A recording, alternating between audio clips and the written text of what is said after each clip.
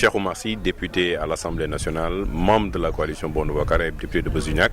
Aujourd'hui, on est là, le front du non, qui sommes sur le terrain pour voir et vérifier ce qui se passe.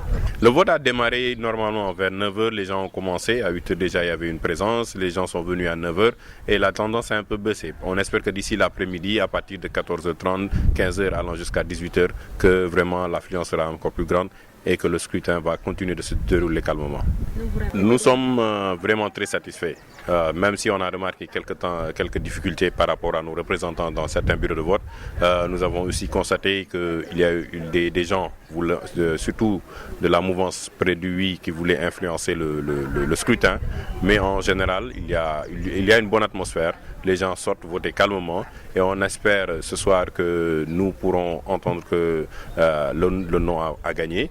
Et j'espère aussi que la population en général va sortir, accomplir son devoir citoyen, qu'il soit pour le oui ou qu'il soit pour le non. L'essentiel pour nous, c'est que les citoyens, aujourd'hui, on les interpelle à travers quelque chose qui est très important, c'est la Constitution. Et nous espérons que cette population-là va répondre massivement et de manière très responsable. Et vraiment, nous remercions tous le responsable départemental de Guédiawaye, mais surtout aussi tous les jeunes et les femmes au niveau des différentes localités et surtout à Golfe Sud qui sont mobilisés pour vraiment faire un travail exceptionnel et garantir la transparence du scrutin.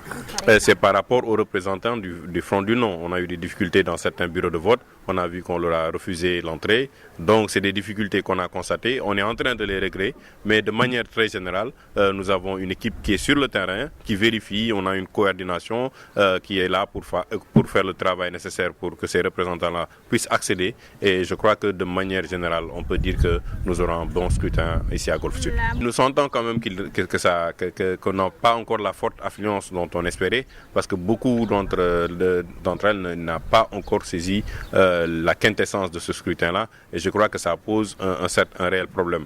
Mais de notre côté, on essaie de mobiliser la population, on essaie de lancer des appels et il n'est pas encore trop tard. Nous en avons jusqu'à 18h et nous espérons vraiment que la population, surtout les jeunes, qu'ils viennent répondre à l'appel de leur nation.